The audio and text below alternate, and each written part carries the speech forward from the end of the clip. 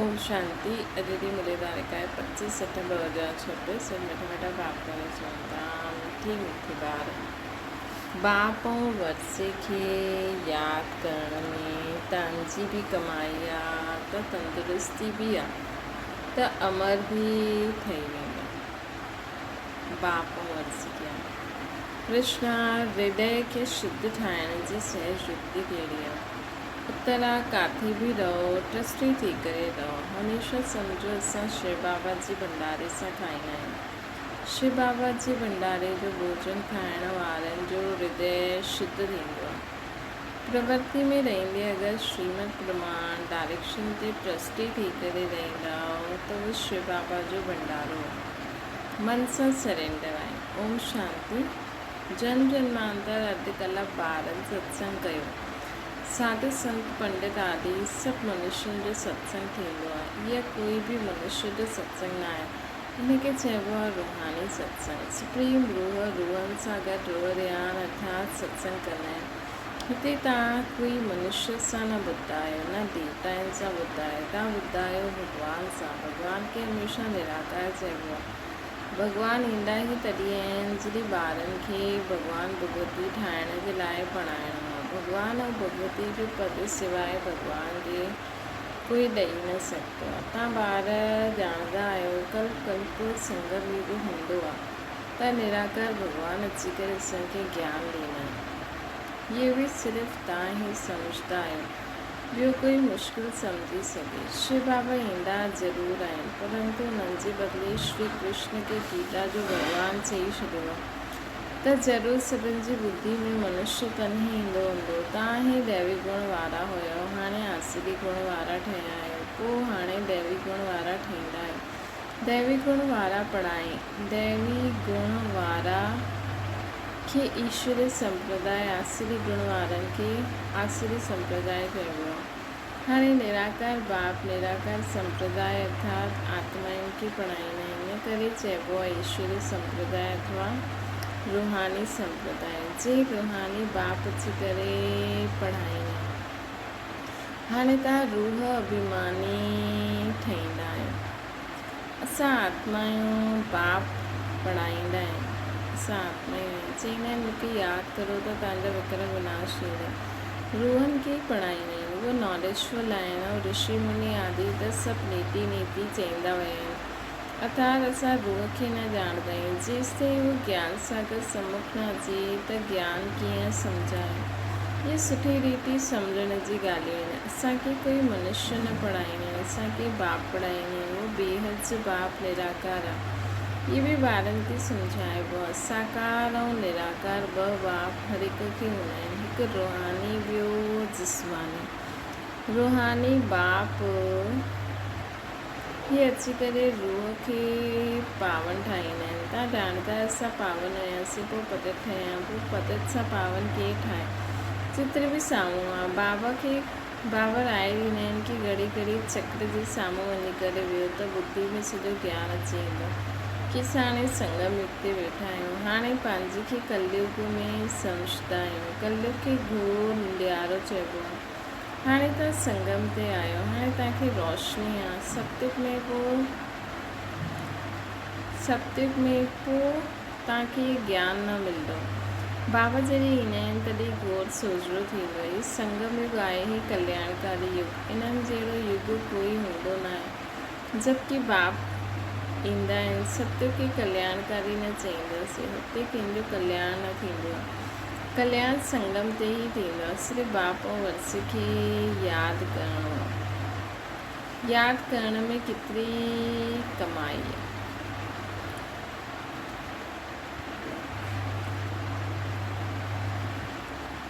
केतिरी कमाई आहे। कमाई जी कमाई बि आहे, तंदुरुस्ती जी तंदुरुस्ती बि आहे। तव्हांजो जीवन अमर ठहींदो आहे। तव्हांजी कॾहिं अकाले मृत्यु न थींदी आहे। तव्हां ॿारनि खे केतिरी ख़ुशी ॾियणी खपे, छो कि तव्हांजी बुद्धि में सॼी नॉलेज आहे। हिते तव्हां ॿार ईंदा आहियो पुरुषार्थ करे म्यूज़ियम जे चित्रनि ते सम्झाइण जे लाइक़ु ठाहिणो खपे। पंहिंजे खे लाइक़ु ठाहिण जे लाइ 7-8 रोज़ वेही करे सिखो। प्रैक्टिस थी त झटि भॼो। सर्विस ते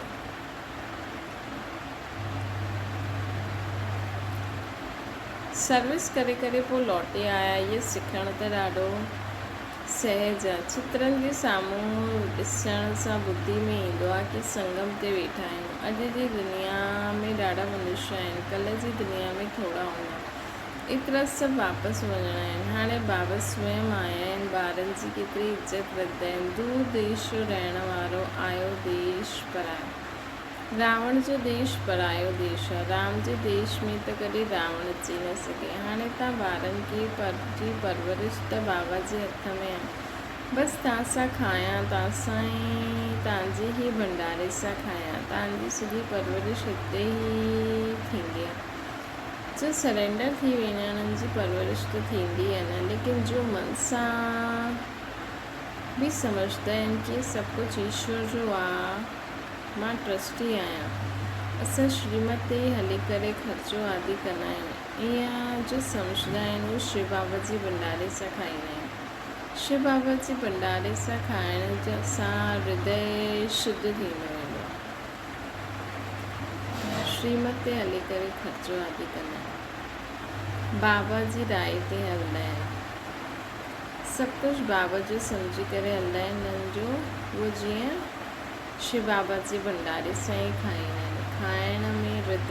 खाइण सां हृदय शुद्ध थींदो आहे। ईअं न कि उहे शिव बाबा जे भंडारे सां न खाईंदा आहिनि। बाबा जे डायरेक्शन ते हलण वारा बि जीअं कि बाबा जे भंडारे सां खाईंदा आहिनि। जे भंडारे सां खायो उहो भंडारो भरपूर काल कंटक दूर। हुन खां पोइ त कॾहिं अकाले मृत्यु तव्हांजी न थींदी। हिन समय शिव बाबा ईंदा आहिनि। उन्हनि जी महिमा बि ॻायल आहे। शिव जयंती बि मल्हाईंदा आहिनि, परंतु उन्हनि जो भंडारो कीअं थींदो आहे इहा कोई बि न ॼाणंदा आहिनि। बाबा बि बराबरि ईंदा आहिनि। ॿार जो बि ईंदा आहिनि उन्हनि खे शिव बाबा जे भंडारे सां खाइणु मिलंदो। अच्छा, मेल सरेंडर थींदो आहे त ठीकु आहे, अगरि उहो सरेंडर न थिए त माताऊं छा करनि? छो जी कमाई त पति जी आहे, उहो त सरेंडर थींदो न आहे। उहो त जीअं आमदनी करे तॾहिं स्त्री खाए। हा, जोड़ो सरेंडर थिए त शिव बाबा जे भंडारे सां परवरिश थी सघंदी आहे। इहे बाप ॿारनि जी सुठी रीति ॿारनि खे सम्झाईंदा आहिनि। ॿुधी में रखिणो आहे, असां बाप वटि वेठा आहियूं। जेसिताईं कर्मा जी व्यवस्था थी वञे, दिन प्रतिदिन असां पंहिंजे स्वराज जे नज़दीक ईंदा आहियूं। बाबा चईंदा आहिनि, ॿार हाणे तव्हांजा 84 जो चकर पूरो थियो। तव्हां हाणे 84 जे चकर खे ॼाणो। चक्र खे ॾिसण सां ई चईंदा हाणे असां संगम ते आहियूं। हिन तरफ़ कलयुग, हिन तरफ़ सतयुग। कल्ह असां पंहिंजे सुखधाम में हूंदासीं। दुनिया खे पतो न आहे, उहो त बिल्कुलु ई घोर अंधियारे में आहे। तव्हां ॿारनि खे ॾाढी ख़ुशी थियणी खपे। ॿीहर जे बाप सां असां 21 जन्मनि जी कमाई कंदा आहियूं। सॼो सुख जो वरसो पाईंदा आहियूं। ये ख़ुशी रहंदी आहे न। स्वर्गवासी ठहण इहा तव्हांजी तक़दीर में आहे। स्वर्ग हिकु वंडरफुल चीज़ आहे। स्वर्ग हिकु वंडरफुल चीज़ आहे। जे 5 वंडर्स सेखारींदा आहिनि, इहे त सभिनि खां वॾो वंडर आहे। चित्र बि आहे वंडरफुल स्वर्ग जा। इहे लक्ष्मी नारायण स्वर्ग जा मालिक हुया। इन करे बाबा लिखियो हुयो मथे में सूर्यवंशी जो लिखो।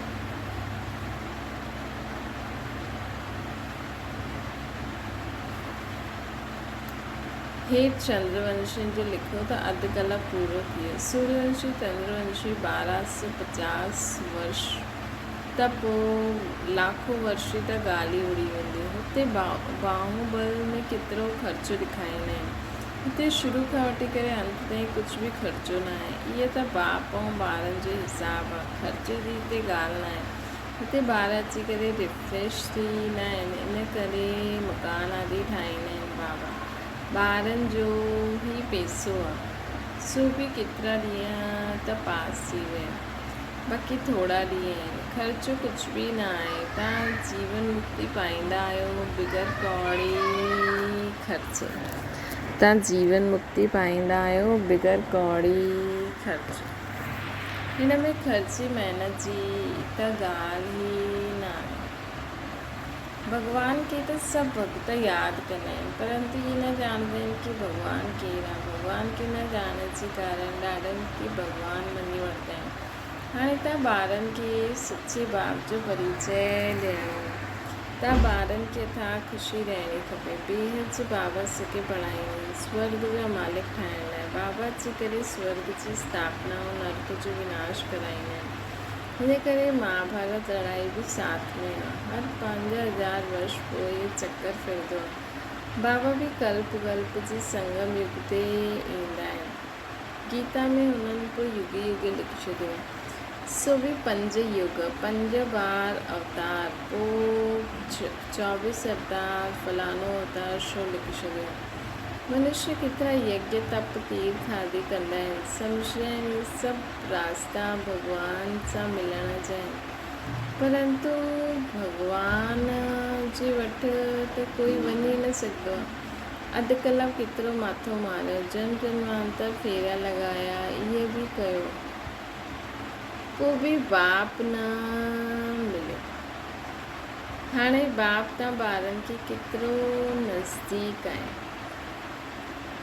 बाबा सां ॿारनि जे केतिरो नज़दीक आहिनि, तव्हां सां ॻाल्हियूं कंदा आहिनि, तव्हांखे सम्झाईंदा आहिनि, तव्हां सम्झंदा आहियो कल्प हूबहू असां हीअं मिलंदा आहियूं। जो कुझु बि थियो कल्प थींदो, उहो ई दादा जौहरी हूंदो, पोइ हुन सां ई बाबा उन्हनि में प्रवेश कंदा, पोइ उहो ई ॿार अची करे बाप जा ठहंदा, पोइ स्वर्ग से वर्सो वठंदा। ये बाप जो तव्हां ॿारनि सां गॾु अनादि अविनाशी पाठ नूंदल।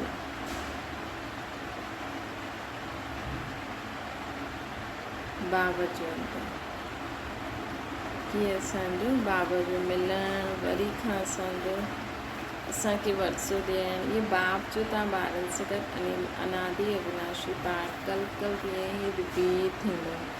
अच्छा मीठे सिकल के ॿारनि प्रति माता पिता बाप दादा जो यादि प्यार ऐं गुड मॉर्निंग। रूहानी बाप जी सभिनि रूहानी ॿारनि खे नमस्ते। असांजी बि रूहानी माता पिता बाप दादा खे यादि प्यार गुड मॉर्निंग ऐं नमस्ते। दाना जी सां ये कल्याणकारी संगम युग आहे, इन में हर ॻाल्हि में कल्याण आहे, कमाई ई कमाई आहे। बाबा ऐं वर्से खे यादि करे 21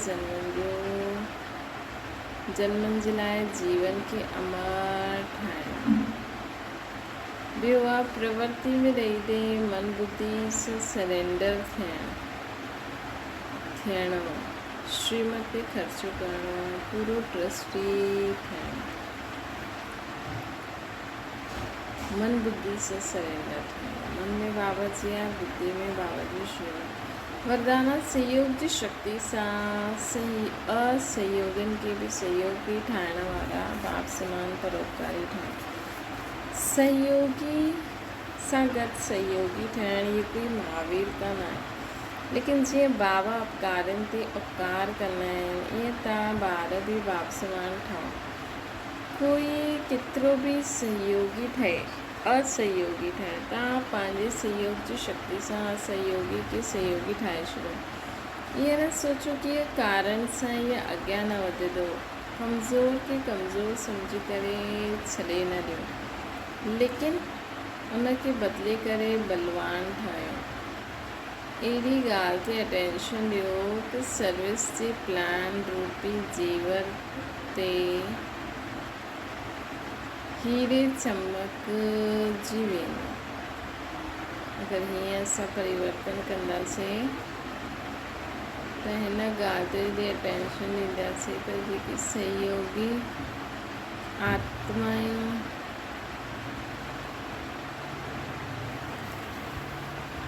बाबा चवनि था सहयोग जी शक्ति सां असहयोगी खे सहयोगी ठाहे छॾियो। हीअ न सोचियो कि हिन कारण सां ई अॻियां न वधंदो। कमज़ोर खे कमज़ोर सम्झी करे छॾे न ॾियो, लेकिन हुनखे बल ॾेई करे बलवान ठाहियो। हिन ॻाल्हि ते अटेंशन ॾियो त सर्विस जे प्लान्स रूपी जेवर ते हीरा चमकी वेंदा, तव्हां सहज प्रत्यक्षता थी वेंदी।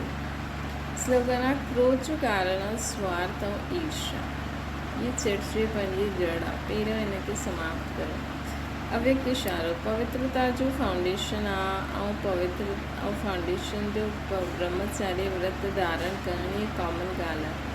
लेकिन हाणे अॻियां वधो त बचपन जी स्टेज न आहे, हाणे त वानप्रस्थ अवस्था में वञिणो आहे। मां ब्रह्मचारी त रहंदो ई आहे, पवित्रता त आहे ई, सिर्फ़ु हिन में ख़ुशि न थी वञो। मूल फाउंडेशन पंहिंजे संकल्प खे शुद्ध ठाहियो।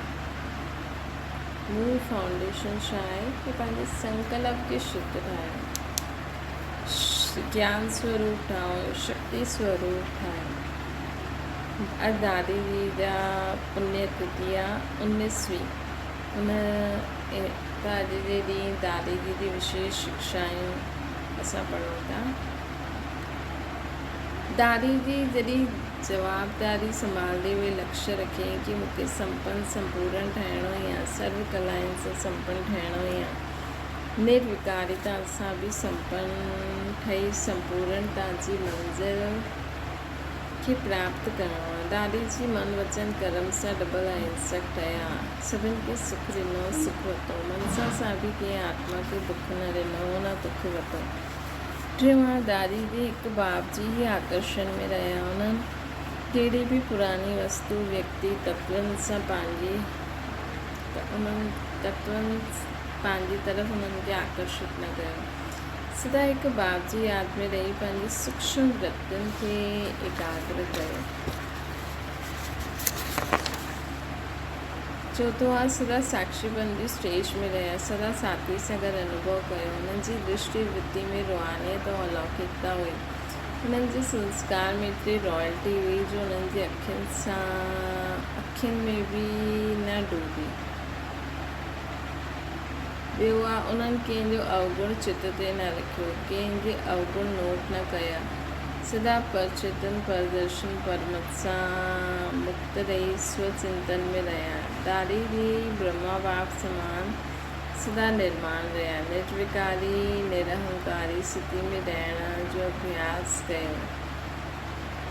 सदा स्वयं के सेवादारी समझो, कॾहिं पंहिंजी महिमा स्वीकार न कयो। कंहिंजी निंदा कई त घबरायो, कंहिं निंदा कई त घबराया न, महिमा में ख़ुशि न थिया, हर ॻाल्हि में पंहिंजी स्थिति समान रखियनि। दादी जी बाप दादा सां मिली हुई दिव्य बुद्धि जी सौगात खे संभाले रखियनि, सदा समृद्ध संकल्प कयनि, हस कर्म श्रीमद प्रमाण, उनमें जरा भी मनमत व परमत मिक्स न थे। दिव्य बुद्धि के आधार सां हर संकल्प बोल कर्म थींदा रहिया। ये लक्ष्य रखी संपूर्णता खे प्राप्त कयो। ॿियो आहे सदा हिकु बल हिकु भरोसे, हिक सां ई सर्व संबंध, कंहिंजी तरफ़ झुकाव लगाव न वञे, सदैव भाई भाई जी वृत्ति रही, सभिनि खे ॾिठो रहनि, दिलि जा गुण खे धारण करे कमज़ोर आत्माउनि खे दादी जी बल भरियो, अपकारनि ते बि उपकार कयो। ॿियो आहे हर नंढी वॾी परिस्थिति खे नथिंग न्यू जी स्मृति सां पार कयो। कोई बि दृश्य खे ॾिसंदे हुए शोर आदि प्रश्ननि जे उलझन जे बजाय सदा साक्षी भाव खे धारण करे सदा हर्षित रहिया। ॿियो आहे उन्हनि जे हर बोल में रॉयल्टी ॾेखारी वेंदी, कोई बि बोल साधारण न बोलियो, हुननि जे मुख में यही बोल निकितो जो थियण वारो आहे। अहिड़ी सिद्धि स्वरूप आत्मा जी संकल्प भी सिद्धि थियण जे कारण सहज संपूर्णता खे प्राप्त कयो। दादी जी सदा आत्मविश्वास सां भरपूर थियण जे कारण हिन स्मृति में रहिया कि असां त कल्प कल्प जी विजयी आत्मा आहियूं। कोई भी पुराणे संस्कार स्वभाव ऐं हिसाब किताब जे अधीन न रहिया, ईअं अनुभव कयो जीअं आत्मा लाइट जे शरीर में निवास थी करे। ॿियो आहे दादी जी जी बुद्धि स्वच्छ साफ़ आईने जी तरह हुई, निरंतर तपस्वी स्वरूप थी करे रहिया। सदा ये स्मृति रही कि हिन तपस्या सां ई विश्व जो कल्याण थियणो आहे, सुखमय संसार ईंदो। ॿियो आहे दादी जी जे अंतिम समय के साम्हूं ॾिसंदे हुए स्वचिंतन कयो, स्व उन्नति जे लाइ रोज़ अमृत वेले बाबा सां मिठी मिठी रोहरियान कई, बाबा जे महावाक्यनि खे गहराई सां अध्ययन कयो, बाबा सां गॾु बाबा जी मुरली सां अटूट प्यारु हुयो। दादी जी पंहिंजी संपूर्ण सिद्धि ठाहिण लाइ देह अभिमान सां परियां रहण लाइ जो अभ्यास कयो। उन्हनि जी बुद्धि में सदा इहो रहियो कि असां विश्व कल्याण जे निमित्त आहियूं। असां स्व जी स्थिति ऊची एकाग्र एकरस सतह संकल्पनि सां परे निसंकल्प ठाहिणी आहे। तॾहिं असां पुराणी दुनिया सां उथी करे बाबा वटि वतन में वञी करे वेंदासीं। ॿियो आहे सदा हिन लग्न में रहिया कि मूंखे बाबा जी यादि में रही सभिनि खे संतुष्ट करे करे सभिनि खे दुआयूं ॾियणियूं आहिनि। कोई बि आत्मा कॾहिं मुंहिंजे सां डिस्टर्ब थी करे बदुआ न ॾिए, हिनखे हिन जो पूरो ध्यानु रखनि, सभिनि जी दुआयुनि जे पात्र ठहिया। ॿियो आहे सदा हिकु लक्ष्य साम्हूं रहियो कि मूंखे संपन्न फ़रिश्तो कर्मा ते ठहिणो ई आहे। ये पुराणो तन छॾे फ़रिश्तो ठही अव्यक्त तन वासी ठहिणो ई आहे। ये सेवाउनि खे ॾींहुं राति हलंदी रहे। मूंखे सेवा सां गॾु गॾु स्व ते सूक्ष्म अटेंशन रखी फास्ट विद ऑनर्स ठहिणो। दादी जी सदा सर्व विघ्न सां पार निर्विघ्न अवस्था में रहिया। एकांत में वेही पंहिंजे पाण खे सूक्ष्म चेक करे पंहिंजी कमी कमज़ोरियूं खे आत्मा रूपी हीरे जे दाग खे संपूर्ण साफ़ करे अमूल्य हीरा ठहिया। ॿियो आहे स्वयं खे संपूर्ण पावन लाइट सां संपन्न ठाहिण जे लाइ आंतरिक वैराग्य द्वारा सभु ॻाल्हियुनि सां उपराम रही पंहिंजी सूक्ष्म दृष्टि वृत्ति खे संपूर्ण ठातो। पुराणे संस्कारनि जी प्रकृति खे पराजय करे प्रकृति जी ठही बाबा जी गोद में समाया। ॿियो आहे मां बाबा जी आहियां, मूंखे बाबा जी समान संपूर्ण ठहिणो आहे। इन करे सूक्ष्म देह अभिमान खे स्वयं जे संस्कार मान शान व महिमा बुद्धि में वो आदतुनि खे संपूर्ण समर्पण कयो। बाबा समान ठही अव्यक्त वतन वासी ठही विया। अच्छा, ओम शांति। बाबा खे यादि कयो।